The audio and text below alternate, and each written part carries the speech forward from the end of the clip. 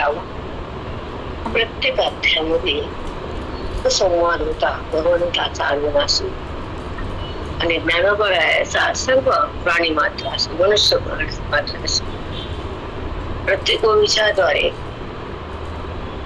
प्रत्येक शब्दाच्या बोधातून अंतःकरण स्थिर पवित्र आणि अंतःकरण त्या भगवंताशी समर्पित होता. त्याला ज्ञान म्हणतात. देहाकडे मन त्याला ज्ञान म्हणतात. वृत्तीमध्ये विकार त्याला भ्रम म्हणतात. आणि वासनेचा ती सतत आहे, थांबत नाही. पण श्रवणात आल्यावरती उत्पन्न होत नाही. हा अधिकारयुक्त श्रवणाचा भाग आहे. म्हणून श्रवण का करावं सांगितलं पुढच्या वहीमध्ये. श्रवणानं काय होतं, गीतेच्या पठनानं काय होतं, चिंतनानं काय होतं, सगळ्याच एकच फळे पण सांगितलं सगळं. म्हणून माऊली खूप आशीर्वाद देणारी आपल्याला आणि सुखमय करणारी माऊली आहे, म्हणजे ज्ञानेश्वरी. ज्या सुखाचा कधी आपण भोग घेतलाच नाही तो सुख आत्मसुख आहे.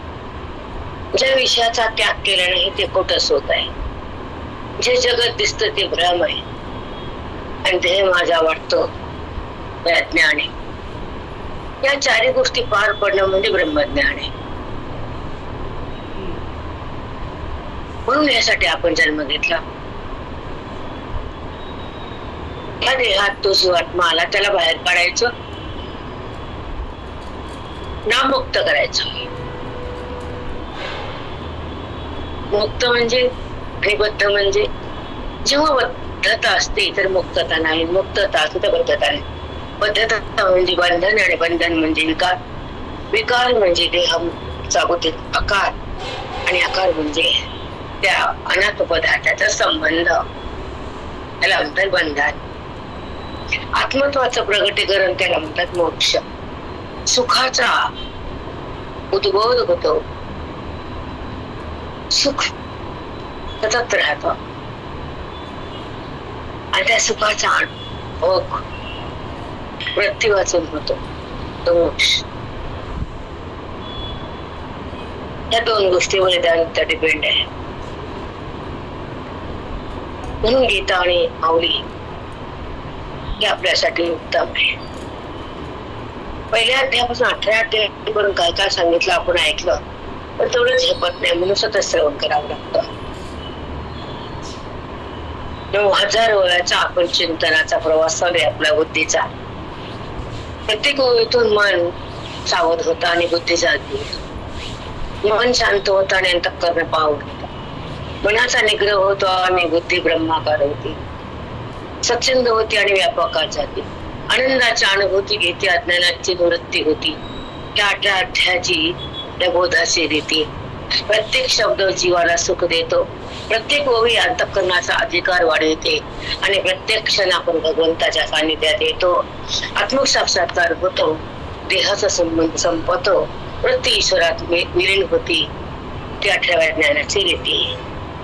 गीतेमध्ये हे सांगितलेले आहे. कर्मातून कसं निघायचं, उपासना कशी करायची, देहभाव कसा टाकायचा, जगतभाव संपवायचा, आत्माकार वृत्ती ठेवायची, अनात्माकार वृत्तीचा परित्याग करायचा, जडाचा संबंध थांबवायचा, चिदघन बनायचं, आत्ममंदिरात राहायचं, देहातून निघायचं, वासनेला सोडायचं, विवेकात यायचं, वैराग्यात राहायचं आणि मोक्षाला पाहायचं, सुखाला अनुभवायचं, दुःखाला फेकायचं, गुरुचा अनुग्रह घ्यायचा, देह बोधात बुद्धीला ठेवायचं, देहात नाही. हे अमरवेद शिकवतो. गुरु सांगतात, मन ऐकतं, ते मन पावन होतं, त्या अनुग्रहात येतं आणि दीक्षा घेतं. ते मन साधनेवर येतं आणि सुसज्ज बनतं. श्रवणाच्या माध्यमातून स्वरूपाकडे जातो आणि आपण आपल्याला पाहताना आनंदी होतं. आनंदाचा भोग हृदयात होतो आणि अंतःकरण भिन्न होतं आणि त्या अंतःकरणाच्या परिवृत्ती जाती, आत्मानंदामध्ये विघळून जाते आणि आपल्या स्वानंदपदी राहते. आणि ती स्थिती आत्मस्थिती ही बोधान उत्पन्न होती. जेव्हा ध्येय स्थिती बंधन होती, ही आमच्या ज्ञानाची माऊलीची रीती. साष्टांग दंडवत माऊली. माऊलीच्या ज्ञानाची रीती आहे. शब्दाचा सार आहे. मनात दुःखाचा हाकार आहे. तो दुःखाचा हाकार संपवण्यासाठी वेदाचा सार गीतेच्या माध्यमातून ओवीच्या शब्दाच्या रसातून जेव्हा श्रवणातून आत जातो कानातून, तेव्हा अनादिकालचे पाप वासना भ्रम भेद दोष हे सगळं संपलं जातं. म्हणून श्रवण करायचं, मननाकडे जायचं, निधिध्यासनात थांबायचं. मी ब्रह्म आहे हा ध्यास पाहिजे. मी ब्रह्म मी ब्रह्म मी ब्रह्म मी ब्रह्म ही बुद्धी आत्मचिंतनात राहते. व्यवहार करता करता तेव्हा देहभाव सुटल्या जातो. निधिध्यासन मी ब्रह्मच आहे मी ब्रह्मच आहे हा ध्यासच लागतो. जेव्हा लग्न जमतं तर बाई पागल होती, अनेक एक गोष्टी करत राहती. तशी शिवाशिवाच्या लग्नाला ध्यास कुणाच लागत नाही. कुणी ध्यास धरत पण नाही. कळालं काय न कळालं काय, आवडलं काय न आवडलं काय, बुद्धी थांबलं काय, बुद्धी फेकलं काय, मनात संसार आहे का, परमार्थ आहे का, काहीच देणं नसतं. पण जेव्हा लग्न कोणता कार्यक्रम असला तर आपण पागल होतो. मग मोक्षाकरता पागल नसतो, श्रवणाकरता पागल नाही. कारण हा अनाधिकारी जो पागल आहे तो अधिकारी. तो शास्त्रामध्ये राहतो, अध्ययनात येतो, आत्मशोध घेतो आणि विषय सुख टाकतो. तो महान बनतो, जगात योगी बनतो. तो योगी असतो. त्याच्या दर्शनानं पाप जातो. त्याच्या आशीर्वादानं सर्व कार्य सिद्ध होत. त्याच्या संगतीनं ती वासना संपत्ती, त्याच्या बोधानं अध्ययनाची निवृत्ती होती आणि त्याच्या शब्दानं बुद्धी अंतरात जाते.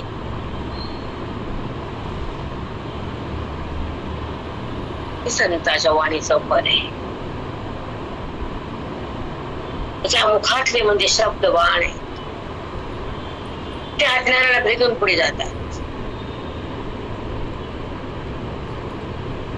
साडेतीनाचे बाण एकाचे हजारो होतात.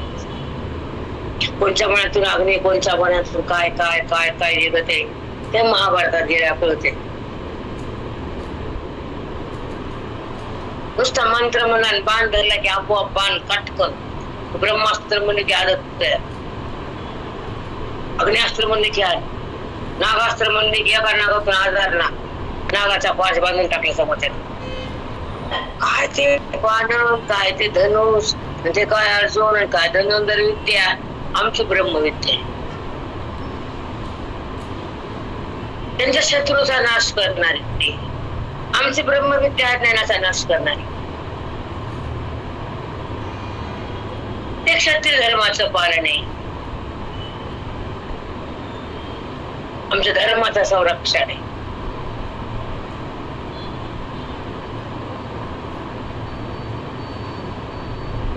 जो परमात्मा आहे, जो सुखाला प्रदान करणार आहे, त्याच्या प्राप्तीसाठी बुद्धीचा विनियोग करणं आमचा स्वधर्म आहे. त्यासाठी जीवन जगणं हे आमचं कर्म आहे. त्याच्या प्राप्तीसाठी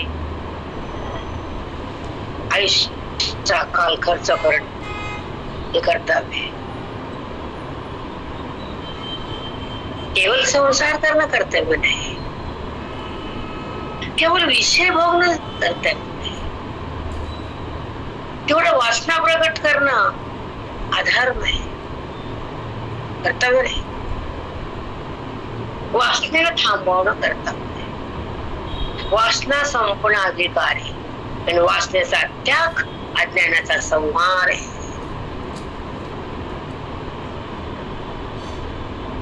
वासनाच उत्पन्न होत नाही, दगडावर बीज उत्पन्नच होत नाही.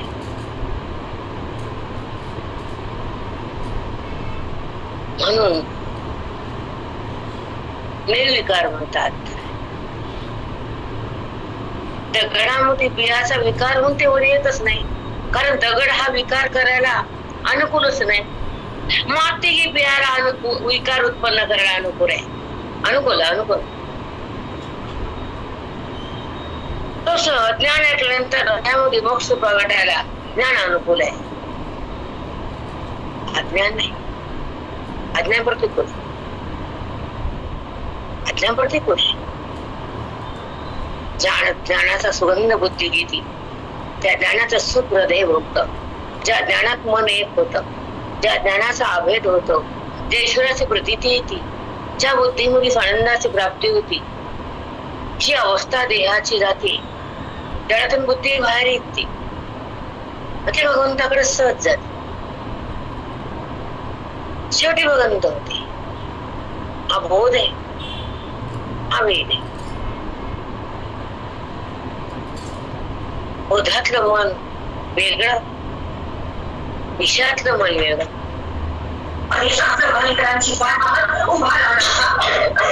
माहिती ओवी किती आपले? मी बाहेर आहे. हो ओके ओके, आहे आम्ही समोर आली आहे. एक मिनिट. पावली 31 झाली. 31 हो 32. ठीक आहे, 32 चालू. ओके, होय नंबर 31 झाले आपले. आता 32 ऐका. तैसाचे थई आहे जे एकत्र येणे अध्याय, ओघवाचे दृढ होय गीता गमोहा. तैसाच येथे आहे. येथे आहे म्हणजे तैसाच म्हणजे जेव्हा वारकरी पंढरपूर जातात, कळसा दर्शन घेतात, त्याला पांडुरंगा भेटल्याचा पुण्य मिळतं आणि तोच ते त्यांना फळ मिळतं. कळसा दर्शनानं देवा दर्शन होतं. तसंच इथं पण आहे. कसं आहे ऐका. तैसाच येत आहे जे एकच येणे अध्याय, ओघाचे दृष्ट होय गीता गमोहा. तसंच इथं हे एकच जेणे अध्याय, हे 18वा अध्याय एकच कळस अध्याय आहे. या अध्यायातून काय होतं? अवघाचे दृष्ट होय गीता गमोहा. हे गीतेचं शास्त्राचं म्हणजे जे फल आहे सगळं ते आपल्याला प्राप्त होत आहे. जसं कळसा दर्शनाने पांडुरंगा दर्शन होतं, तसं ह्या 18वा अध्यायानं गीतेचं ज्ञान संपूर्ण हातात येतं आपल्या हृदयात, असं भगवंत सांगितलंय. बरायनं किंवा कृष्ण परमात्म्यानं तो एकच आहे. आता पुढे ऐका. मी कळस याची कारणे 18वा अध्याय म्हणे, वाईला भादरायणे गीता प्रसादा. मी कळस याची कारणे, मी कळस याची कारणे 18वा अध्याय म्हणे, म्हणून मी अध्यायाला कळस अध्याय म्हटले. हा हेतू आहे. हातात मोक्ष आहे. जसं कळसाला बघितलं पांडुरंगाच्या भक्तीचं पद भेटीचं दर्शन, तसे अध्यायातून सगळ्यात पूर्ण गीतेच्या अध्यायाचं पद. म्हणून मी असं बोलते, असं भगवंत म्हणतात. 18वा अध्याय म्हणे, वाईला भादरायणे गीता प्रसादाचा. भद्रायण म्हणजे व्यास. हे व्यासाने सांगितलेलं आहे. वाईला भादरायणे गीता प्रसादा. इथं हे असा हा जो कळस अध्यायाचा 18वा अध्यायाचा ऐकून चढवला भगवान व्यासानं. 18वा अध्यायाचा दिवसात चढवला हे ते बोलायले. चला पुढं. नो हे कळसा परती काही प्रसादी काम नाही, ते सांगतसे गीताही संपलेपणे. नो हे कळसा पुरते का? जेव्हा कळस बसवला तर मंदिर संपलं. आता पुन्हा काम राहिलं नाही का त्या मंदिराचं? कळस चढला, मोक्ष हातात आला, परमार्थ संपला. आता कर्तव्य भरलं नाही साधकाचं. त्यातून हा भाव ते गावा लागतो. जेव्हा मंदिर संपतं आणि कळस बनतो तर मंदिराचं कार्य कुठलंच उरत नाही. तसं 18 अध्याय कळसाध्याय तो जर समजला, बुद्धीनं ग्रहण केला तर परमार्थाचा मोक्षाचा कळस बसला. कुठलंही काही करायचं कर्तव्य उरलं नाही. ह्या रूपकानं माऊली आपल्याला समजावून सांगतात. ते बुद्धीला शांत करून अनुग्रह देतात. ज्ञानाची दीक्षा देऊन सुखाचा प्रवास होतो आणि आनंदाचा उगम होतो. दुःख तिथं संपून जातं, वृत्तीचा वाद होतो, आत्मानंद प्रगट होतो. 18वा अध्यायाचा कळस आपण जर चढवला अध्ययनाच्या द्वारे तर आपलं जीवन सफल होतं, आयुष्य कल्याणकारी होतं आणि साधकाची साधना संपूर्ण होती. साध्यापर्यंत बुद्धी जाऊन थांबती. त्याला म्हणतात कळस अध्यायाची स्थिती. किती दंडवत माऊली. खूप खूप सुंदर सांगितलं माऊली. काम नाही साधी काम नाही ते सांगतसे गीता ही संपलेपणे नव्हे कळसा पुरते काय प्रसादी काम आहे. आता कळस बसवला, आता मंदिराचं काम करायला नाही असा हा अध्याय होई सांगते. ते सांगतसे गीता ही संपलेपणे. आता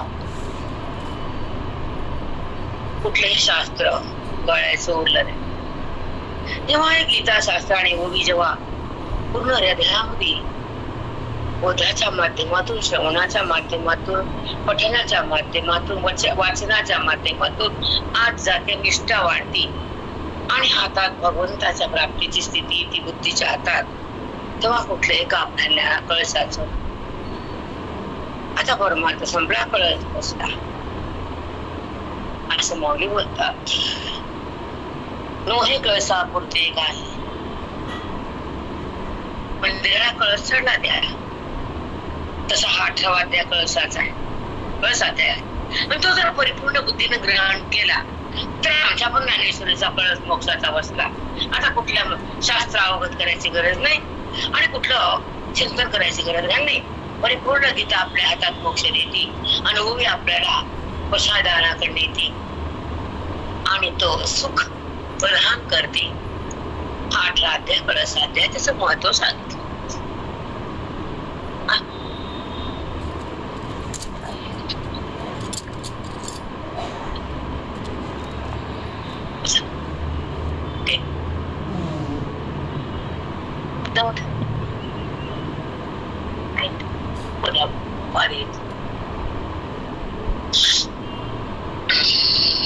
पलीकडे 34 अध्याय ओवी. आता 35 कडे जाऊ.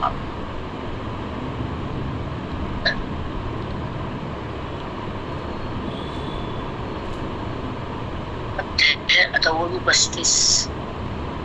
चला. व्यासू सहजे सूत्री वळी.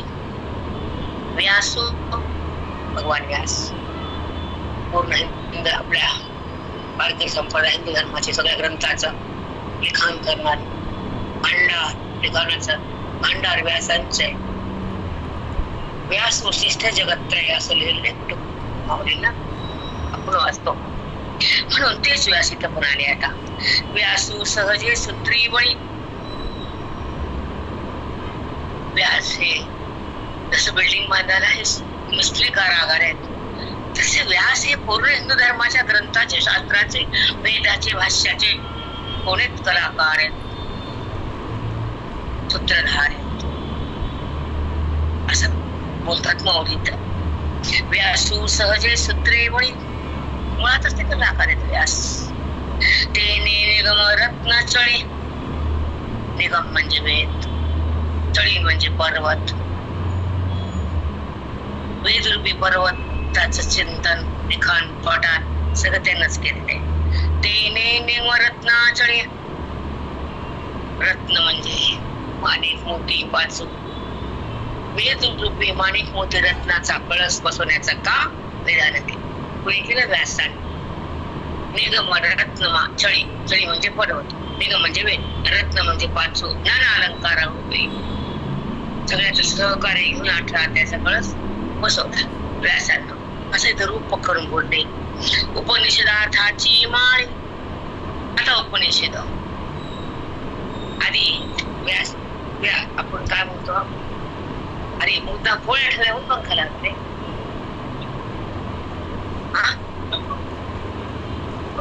बाल सूत्री वळी.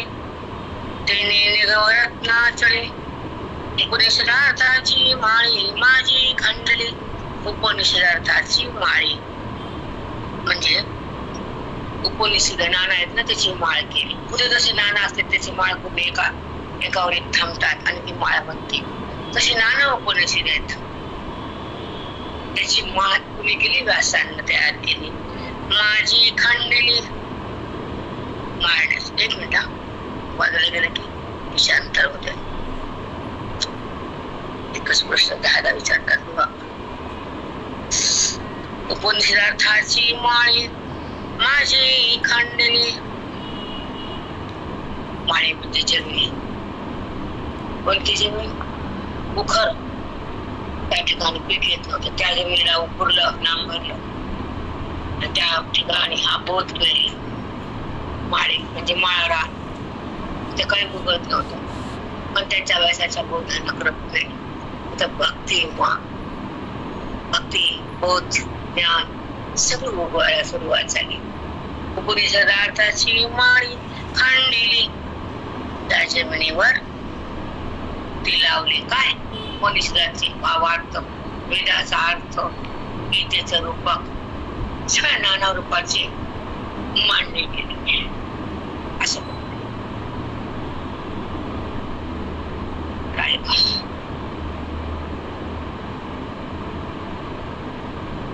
खालची 36 तेथ त्रिवर्गाचा अणुआरू अडावून निघाला जो अपारू.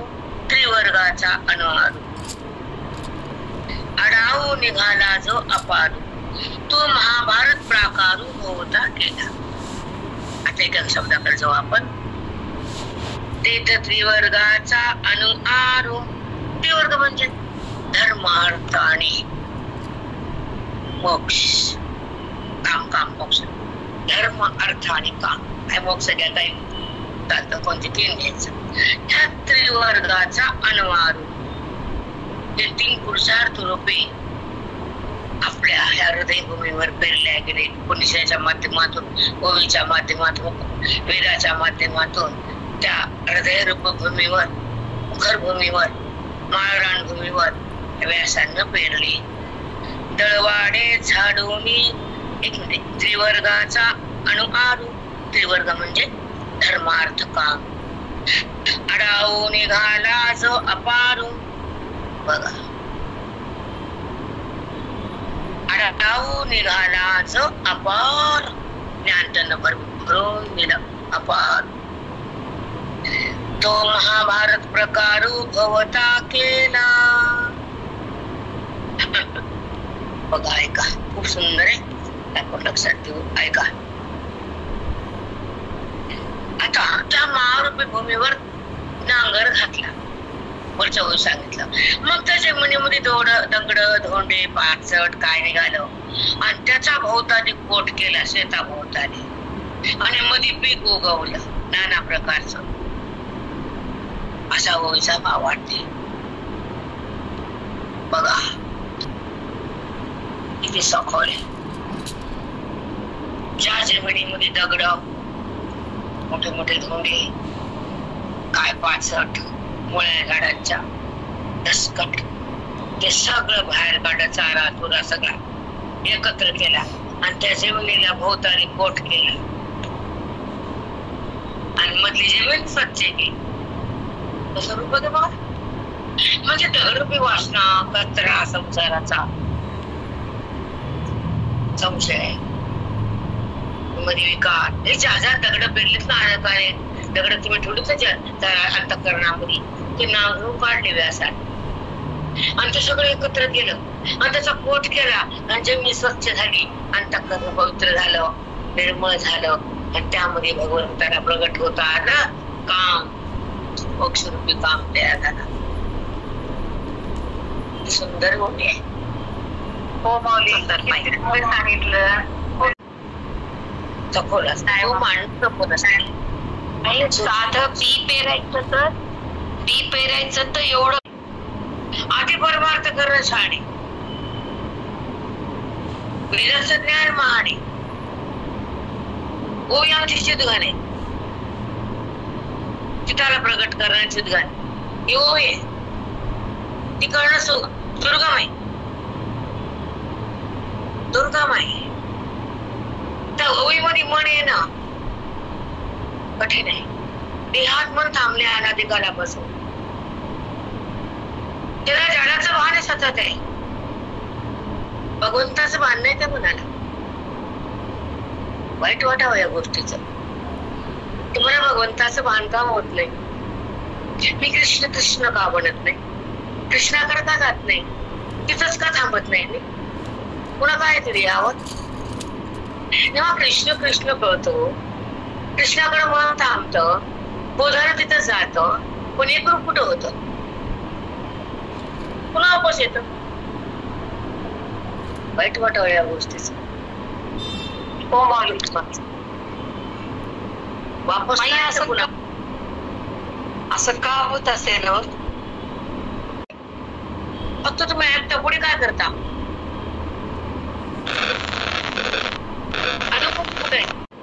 सतत सतत सतत मनाला त्याचा ध्यास असा, त्याचा ध्यास लावण्यासाठी, त्याच्या प्राप्तीसाठी अभ्यास असा, आणि ते प्राप्त झाला का नाही त्याचा चेक असावं, चेकआउट. चेकआउट करतं का नाही? हो माऊली, आम्ही तिथं तर कमी पडतो माऊली, आम्ही ध्यासच घेत नाही, आम्ही नाही करत नाही.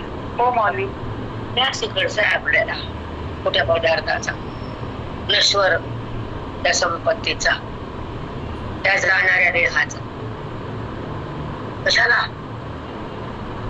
उदास व्हावं, वृत्ती इकडे गेली की मन उदास व्हावं, साधूचं दास व्हावं, अभ्यासात पास व्हावं, अधिकारात उंच जावं, मोक्षाला हातात घ्यावं, आणि मग व्यवहाराला किती करावं, काहीच फरक पडत नाही. व्यवहार बाधाच करत नाही, करत नाही बाधा. व्यवहार बाधा कधी करतो? आपला अभ्यास नाही, आपला आत्मचिंतन नाही, आपला परमार्थ अति नाही, आपण अधिकारावर नाही, आपण फक्त संसारात जगतो, स्वतःची हौसमौज करतो, पण ईश्वराचं सान्निध्य न भोगता देहाचं सान्निध्य वाढवतो, प्रत्येक विकार सतत ठेवतो, आकाराला माझं म्हणत राहतो. निर्विकार तर कशी आहे? कधीच नाही, कदापि. चला, माझी आत्मज्ञानाचे एकवट, तळवाडे झाडूनी चौकट, घडिले पार्थ वैकुंठ, संवाद कुसली. माझी आत्मज्ञानाचे एकवट, तळवाडे झाडूनी चौकट, घडिले पार्थ वैकुंठ, संवाद कुसरी. बापरे, घडिले पार्थ वैकुंठ, संवाद कुसरी. पार्थाला वैकुंठ घडलं, संवाद कुसरी. श्रीकृष्ण परमात्माच्या संवादामध्ये मन, अर्जुन आणि कृष्ण एक झाले, वैकुंठ तयार केलं भगवंतानं अर्जुनाला, वैकुंठात नेलं. असा संवाद झाला. बघा, आम्हाला पण तिथंच राहायचंय. तिथं वाणी कुंठित होती, ते वैकुंठ. तिथं वृत्ती जात नाही, वापस येते, परत फिरती, परमात्मा प्रगट होतो. शब्दाविना त्याचा स्पर्श अनुभवता येतो, वृत्ती विना त्याचा भोग घेता येतो, त्रिपुटी विना त्याचा स्पर्श अनुभवता येतो. संवाद, कोणता संवाद? बघा, हे मस्त आहे. पार्थ वैकुंठ संवाद कुसरी. बघा, पार्थ वैकुंठ संवाद कुसरी. बापरे, तो चिरा जसा भिंतीमध्ये पेट बसला, तसा भगवंताचा मुखातून निघालेला गीतारूपी गोदाचा चिरा अर्जुनाच्या वृत्तीमध्ये घट्ट बसला. या अर्जुनाच्या हृदयाची स्थिती सांगितली 8वा अध्याय. ते बोधाला घट्ट तेव्हा तो परमार्थात पास झाला, अधिकार सुसंपन्न झाला, अधर्म बाजूला गेला, अर्जुनाने धर्म स्वीकारला, आणि तेव्हा तो कोण बनला? शोध काय सांगितलं, मग काय क्षत्रिय धर्माचा पालन करण्याला आरंभ झाला. युद्धाला सुरुवात झाली, 18 अध्याय संपला, आणि तेव्हा तो युद्धाला तयार झाला. तेव्हा मी आणि माझं टाकलं तर रडणं थांबलं. पहिल्या अध्यायात रडणं होतं, आणि शेवटच्या अध्यायामध्ये रडणं बाजूला संपलं होतं. युद्धाचा आरंभ होता, 18 अध्याय संपला होता, आणि अर्जुनाचा भगवंताच्या संवादात अर्जुना थांबला होता. अंतःकरण संवादात होतं, आधी अंतःकरण नात्यात होतं.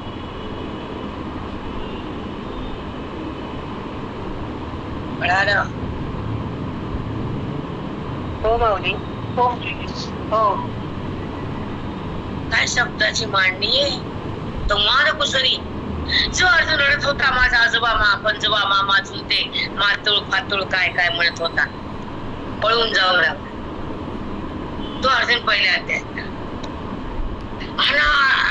आता गंभीर झाला, संवादात आला गीतेच्या. कळस अध्यायामध्ये तो परिपूर्ण झाला. तेव्हाच अंतःकरण त्या नाट्यातून बाहेर आलं. आणि कुठं आलं मग? संवादात, गीतेत. म्हणून ते घट्ट झालं. म्हणून आजोबाला बाण मारला, अधर्माचा नाश केला आणि भगवंताच्या इच्छा होती ना, माझा अवतार कार्य संपवायचं आणि गीतेला मुखातून काढायचं आणि हे महाभारत घडवायचं. भगवंताला माहित होतं या कुळाचा नाश होणारच आहे. म्हणून व्यास चालते घरी म्हणले, मारून टाक्या पोरा तुला गांधारी. सांगितलं होतं की ना, जी मुलं तुझ्या जन्मत नाही, दुःशासन दुर्योधन हे जर जिवंत राहिले, तुझ्या कुळाचा उद्ध्वंस आहे, संपूर्ण राज्याचा नायनाट आहे. एक आता मिळेलच बरे व्यासाते सांगायला गांधारीला. पण दोघांना मोह होता म्हणून वाचवलं, त्यांना जीवन ठेवलं, त्याने कुळाला बरबाद केलं. महाभारत काय काय सारखं आहे. हो माऊली. मोहामुळे सगळा नाश झाला, केवळ मोह. तोच मोह आपण धारण करतो. त्यांचा मोह दिसतो, आवडा दिसतो. हो नाही माऊली, त्यांचा मोह दिसतो, पण हे आपल्याला जागृत करण्यासाठी संवाद आहे माऊली. हा सगळा आपल्यालाच भगवंत सांगतात. हे फक्त अर्जुन निमित्त आहे माऊली, काय करायचं कसं करायचं. जसं म्हणले तू त्याला, महार कुळाचा नाश होईल, महाभारत होईल, भाऊ भाऊ एकमेकांचे वैरी होतील. वैराचं प्रतीक म्हणजे नाश आहे आणि प्रेमाचं प्रतीक म्हणजे मोक्ष.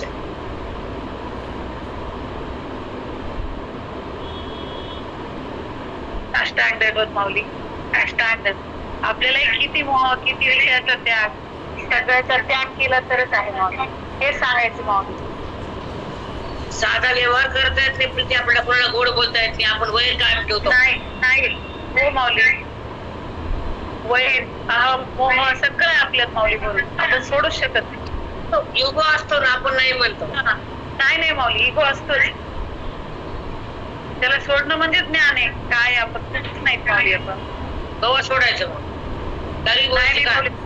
नाही माऊली, सोडायचंच आहे, सोडायचंच आहे.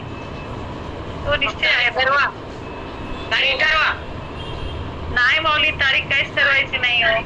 सुरुवातच आहेच, आपली सुरुवात आहे ना तुमच्या सानिध्यात. जाणारच माऊली, तुमच्या सानिध्यात आल्यावर शंकाच नाही. सोडलो नाही तुमच्या पैसे आल्यावर.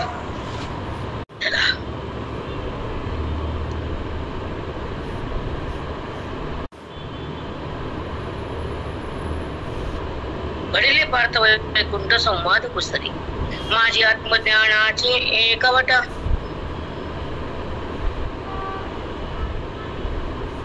तळवाडे झाडून चौकट, घडले पार्थ वैकुंठ संवाद कवट.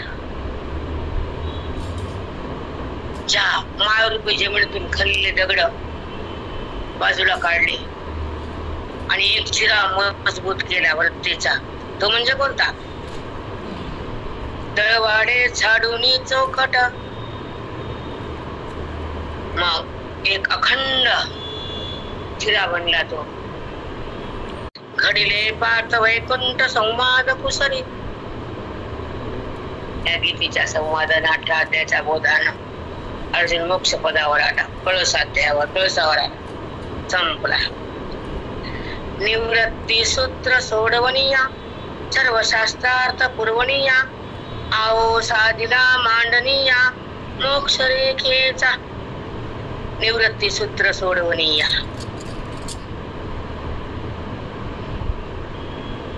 ऐका आता निवृत्ती सूत्र आणि सोडवणीया. मला थोडं बोलायला लागणे तर पूर्ण गोष्टी सांग. निवृत्ती सूत्र सोडवणीया सर्व शास्त्रार्थ पुरवणीया आओ साधिला मांडणीया मोक्ष रेखेचा. बघा जे नाना शिरे काढले ना दगड ते म्हणजे तुमच्या त्या शिऱ्याला आकार दिला, मंदिर बनलं आणि मंदिरावर मोकळ चढला. ते चिरे कसे घडले एक सारखे ते तुम्हाला सांगायचं आता. बघा आवो साधिला मांडणीया ते चिरे एकावर बसले, मंदिराची मांडणी झाली आणि वरी मोक्षाचा कळस बसला. हे काय रूपक आहे, भयानक वेगळे बुद्धीच्या बाहेर आहे. परे परे बुद्धीच्या. आता निवृत्त सूत्रावर येऊ. चला नेहमीचा भाव वाटते घेऊ. निवृत्ती सूत्र सोडवणीया एक प्रवृत्ती सूत्र, एक निवृत्ती सूत्र. प्रवृत्ती म्हणजे धर्मशास्त्रावर बुद्धी आरूढ होणं.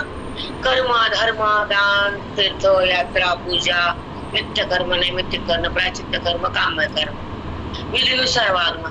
आपल्या वाटलेल्या धर्म त्याचे धर्मानुसार कर्म करणं. जो धर्मामध्ये जन्म दिला ब्राह्मण आर्य वैश्य शूद्र ज्या धर्मामध्ये तुम्हाला जन्म दिलाय तो वर्ण आणि त्यानुसार आचरण घरामध्ये तेव्हा ह्याला म्हणायचं प्रवृत्ती शास्त्र. त्या त्या धर्माचं आचरण करून ते नियम पाळून अंतःकरण शुद्धी झाल्यानंतर त्या देहातून बाजूला व्हायचं. त्या अंतःकरणात असलेलं अज्ञान निवृत्त करायचं ते ज्ञानशास्त्र त्याला म्हणतात निवृत्ती सूत्र. आधी म्हणलं धर्मशास्त्राला प्रवृत्ती शास्त्र. त्या त्या कर्मावर आरूढ होणं, ते कर्म करत राहणं, ते दान धर्मावर येणं, धर्मशास्त्र परिपूर्ण होणं आणि धर्मशास्त्र परिपूर्ण झाल्यानंतर त्या भक्तीला हृदयामध्ये गच्च धरल्यानंतर त्या भक्तीला ओलांडून ज्ञानशास्त्रावर जी बुद्धी आरूढ होती. दुसरा काठ नदीचा पहिला काठ धर्मशास्त्र, शेवटचा काठ ज्ञानशास्त्र निवृत्ती सूत्र. ते सूत्र कसं आहे, बोधाचे वेदाचे गीतेचे ओवीचे 18 अध्यायाचे. त्या शास्त्रातून बंध निवृत्त होतो, त्या बोधातून मन सावध होतं, त्या श्रवणातून मन मुक्त होतं, आनंदाला प्राप्त होतं, देहाच्या संबंधाला सोडून देतो, नाना प्रकारच्या शास्त्राचा अवलंबन होतो, संत संघाचा आरंभ होतो, मनाला ईश्वराचा आधार येतो, देहाचा आधार मन सोडून देतो. तेव्हा मोक्षामध्ये ते अंतःकरण राहतं, देहातून ते भिन्न होतं, उपाधीचं नातं जातं, अज्ञान तिथं संपतं, वृत्ती बाधित होती, प्रवृत्ती बंद होती आणि निवृत्ती अज्ञानाची होती, स्वरूपाची स्थिती प्रगट होती. तेव्हा बंधनाची स्थिती जाती, तेव्हा निवृत्ती शास्त्र परिपूर्ण होतं, तेव्हा 18 अध्यायाचा कळस बसतो. मोक्षाचा कळस त्या बुद्धिरूपी कळस ती धारण करते. मोक्षाच्या कळसामध्ये ती बुद्धी येते आणि स्वतःला पाहते, तेव्हा मुक्त होती. शेवट टोक म्हणजे कळस ज्ञानाचा. तिथे राहते भगवंत बापाशी. न देहात, न जगात, न इंद्रियात, वृत्तीने वासनेत, परमात्म्यात. त्याला म्हणायचा 18 अध्यायाचा कळस परिपूर्ण झाला. वेदाने चमत्कार केला, गुरुना हातात हात दिला, मोक्षाच्या रस्त्यावर बुद्धीला नेलं आणि आपल्या पदी बैसविला. निवृत्ती सूत्र.